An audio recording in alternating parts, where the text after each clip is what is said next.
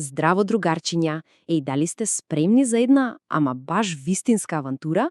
Затоа што денес заедно ќе откриеме една голема тајна. Тајната за старото масло за готвење. Ајде, одиме! Кој сака вкусна храна? Сите, нели? Замислете си само крцкав златен помфрит. Или можеби мекички палачинки со чоколадо. Нјам! А знаете ли која е тајната состојка? Па, маслото за готвење, се разбира. Токму тоа им помага да бидат толку вкусни. Супер! Храната е изједена, стомачињата се полни. Ама чекајте малку. Што е ова во тавата? Аха, искористеното масло. И сега, што правиме со него? Ова е навистина важно прашање. Каде ли само оди старото масло? Па време да ја решиме оваа мистерија. Ставите ги детективските капи, затоа што заедно ќе истражиме каде се патува старото масло. Ајде да видиме кој пат е добар, а кој не е баш најдобар за неговата авантура. Добро, еве ја првата трага. Некои луѓе го прават ова. Го истурајат право во мијалникот? Изгледа некако најлесно, нели? Ама дали е тоа паметно? Ајде да провериме. Леле, погледнете.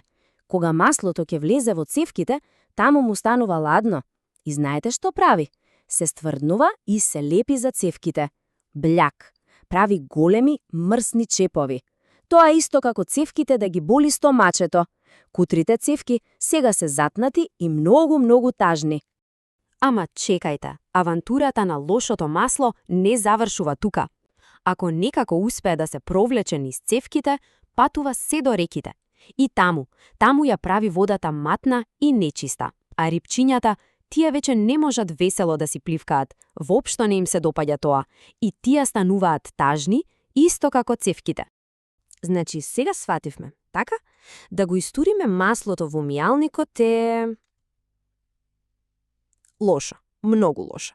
Но не се грижете, постои и добар, среќен начин. А тоа е да го собираме во една специјална кантичка. Да, тоа е вистинскиот херојски пат. Да, секој од нас може да биде еко-херој, вистински чувар на планетата. Сакате да знаете како? Ајде, да видиме кои се тајните чекори на еден еко-херој. Добро, еко-херој, слушајте го планот. Чекор број 1, најважно од се. Чекаме маслото убаво да се олади, внимателно. Чекор број 2, го ставаме оладеното масло во нашата специјална кантичка. Чекор број 3, го земаме капачето и, клик, го затвораме цврсто. И чекор број 4, кога кантичката ќе се наполни, им викаме на мама и тато да се јават кај супер другарите од Суниленс. Лесно како игра, нели?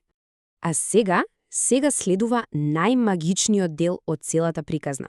Дали некогаш сте се запрашале што се случува со маслото откако ќе го соберат? Подгответе се, затоа што ќе видите вистинска правцата магија, една неверојатна трансформација.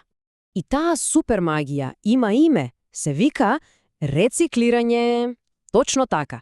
Рециклирање е кога од нешто старо и искористено правиме нешто сосема ново.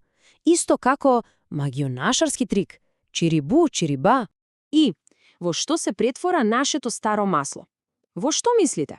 Се претвора во енергија! Да, во супер моćна енергија. Колку е тоа кул!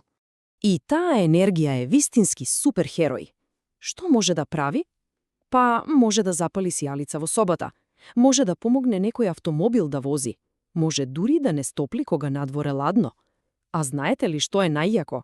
Само една кантичка, полна со старо масло, може да направи една сијалица да свети цел ден и цела ноќ. Замислете, колку е тоа неверојатно.